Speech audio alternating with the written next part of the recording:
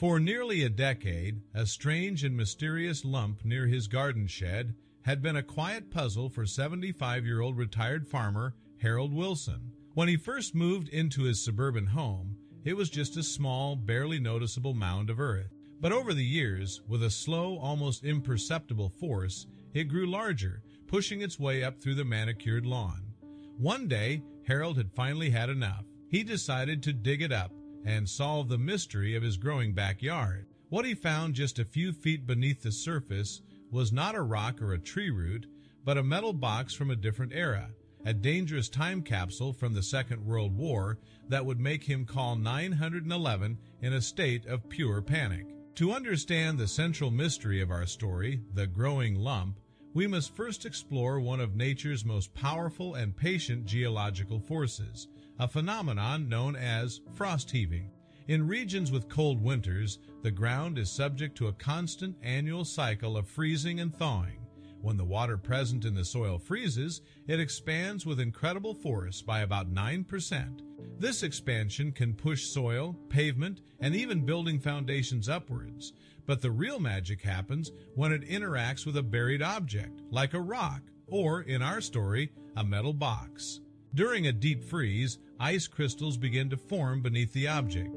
These crystals attract more water from the surrounding unfrozen soil, a process called cryosuction. This causes a larger, concentrated lens of ice to grow directly beneath the object, slowly and powerfully jacking it up, lifting it a few millimeters closer to the surface. Then, when the spring thaw arrives, the ground melts. But the object does not settle back down to its original position. The space beneath it is quickly filled in by smaller pebbles and soil particles that slump into the void.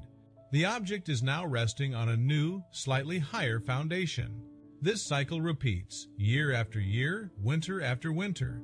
It is a slow-motion, natural hydraulic lift. Over the course of a decade, this relentless freeze-thaw cycle can push a deeply buried object several feet, causing it to create a mysterious, ever-growing mound on the surface. It was this silent, powerful force of nature that was working year after year in Harold Wilson's backyard, slowly pushing a dangerous secret from the past back into the present day. Our story's protagonist, Harold Wilson, was a man who knew the land. As a retired farmer, he was a patient and observant person, attuned to the slow, subtle rhythms of the natural world. When he and his wife moved into their quiet suburban home to enjoy their retirement, the small raised mound of earth next to his garden shed was just a minor curiosity. He initially assumed it was the result of a buried tree stump or some uneven landscaping from the previous owner. But over the years, he noticed it was changing. Every spring, after the last of the snow had melted, the lump seemed to be just a little bit bigger, a little more pronounced.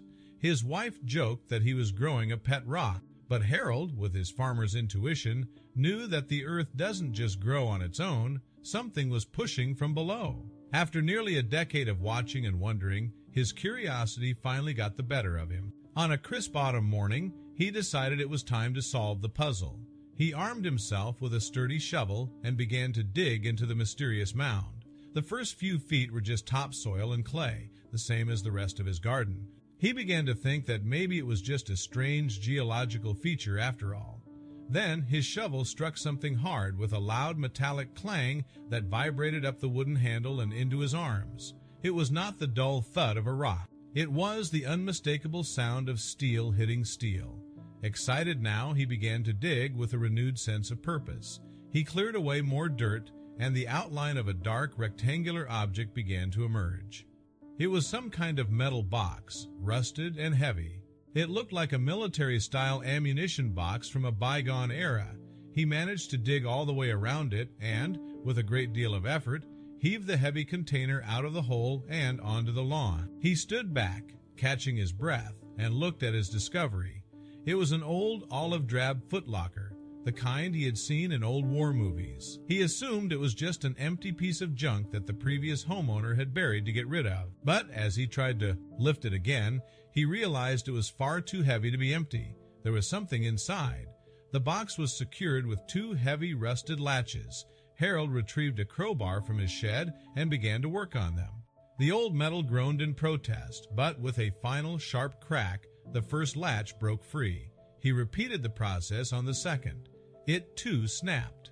With his heart now pounding with a mixture of excitement and a strange sense of unease, he placed the tip of the crowbar under the lid and slowly, carefully pried it open. The lid opened with a long, rusty squeal. He peered inside, and the moment he saw the contents, his face drained of all color. His breath caught in his throat.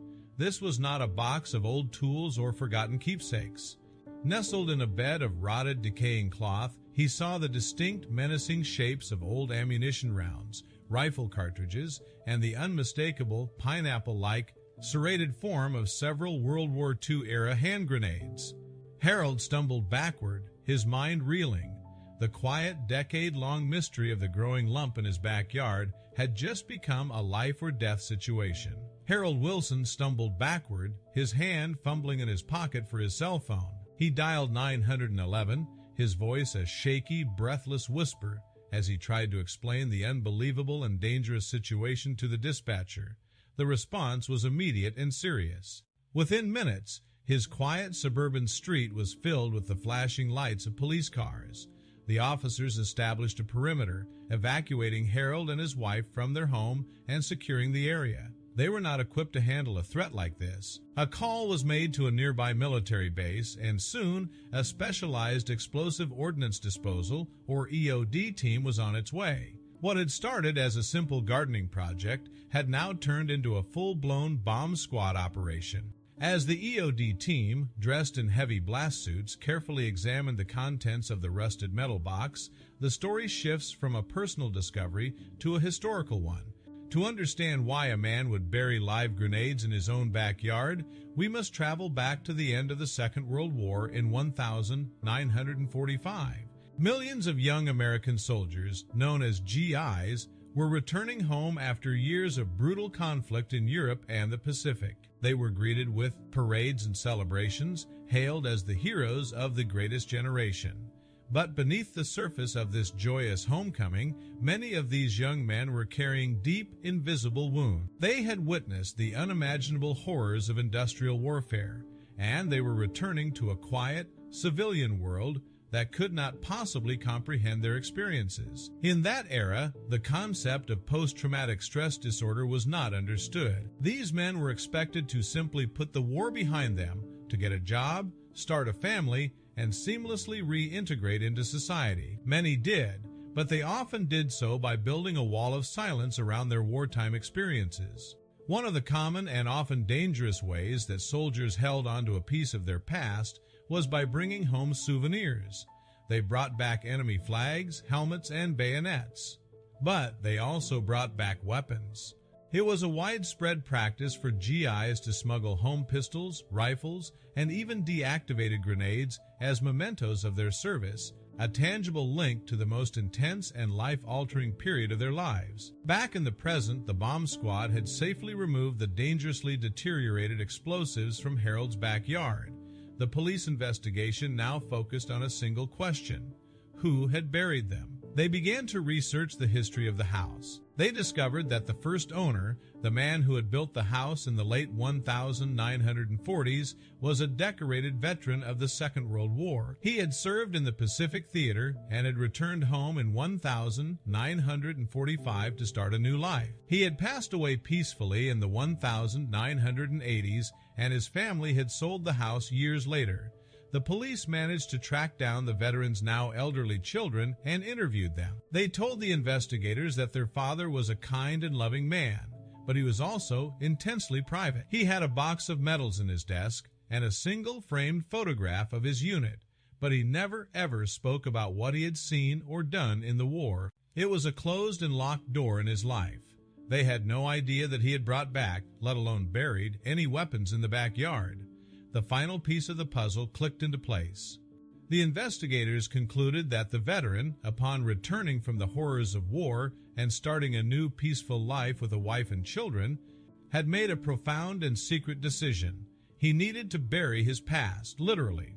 The weapons were not just souvenirs. They were dangerous, physical reminders of the violence and trauma he wanted to leave behind. He likely buried the box in the backyard to protect his new family from the items and to symbolically separate the soldier he had been from the husband and father he now wanted to be. He had buried his ghosts. Harold Wilson stood in his quiet backyard, watching as the last of the police vehicles drove away. The hole in his lawn was the only visible reminder of the day's incredible events. The strange lump that had puzzled him for a decade was not a geological quirk or a buried tree stump. It was a hidden legacy of the Second World War, a quiet soldier's buried trauma, which the slow, patient, and relentless power of the earth itself had pushed back to the surface. It is a profound story that reminds us that the echoes of our greatest conflicts are never truly gone. They lie dormant and hidden, just beneath the surface of our peaceful, everyday lives, waiting for a curious gardener with a shovel to unearth their silent, explosive secrets.